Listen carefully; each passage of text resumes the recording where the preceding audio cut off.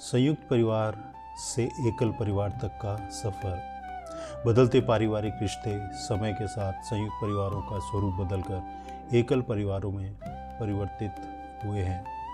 पहले एक ही घर में दादा दादी, माता पिता, चाचा चाची और भाई बहन साथ साथ रहते थे। साथ रहने से आपसी प्रेम, सहयोग, संस्कार और जिम्मेदारियों की भावना मजबूत होती थी। शिक्षा, रोजगार, शहरीकरण और बदलती जीवन शैली ने परिवारों को अधिक स्वतंत्र और निजी बनाया है। एकल परिवार ने व्यक्ति को स्वतंत्रता और अपने निर्णय लेने का अवसर दिया, लेकिन इसके साथ परिवार के सदस्यों के बीच रोज़मर्रा का संवाद और भावनात्मक जुड़ाव भी कुछ कम हुआ है। आज रिश्ते अक्सर साथ रहने के बजाय फ़ोनों में, मैसेजेस में और कभी कभार होने वाली मुलाकातों पर ही निर्भर हो गए हैं। विशेषकर बुज़ुर्गों और नई पीढ़ी के बीच वह स्वाभाविक संवाद कम हुआ है जो संयुक्त परिवारों की विशेषता थी। एकल परिवार होना समस्या नहीं है। समस्या तब होती है जब परिवार एक दूसरे से भावनात्मक रूप से दूर हो जाए।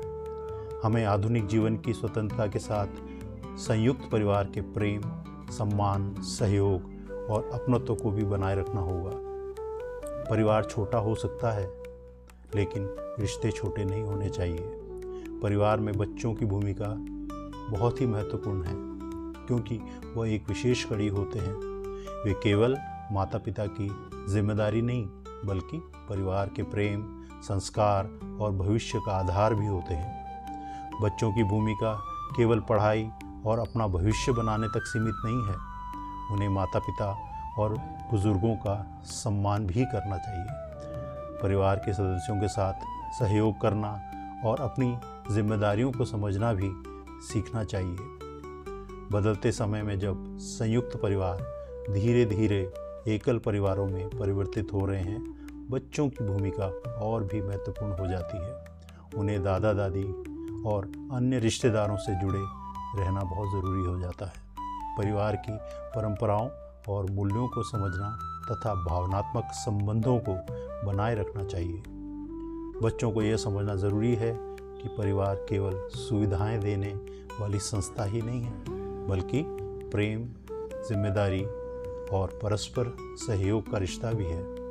अच्छे बच्चे केवल सफल व्यक्ति नहीं बनते, वे परिवार को जोड़कर रखने वाले संवेदनशील इंसान भी बनते हैं। सोचिएगा। धन्यवाद।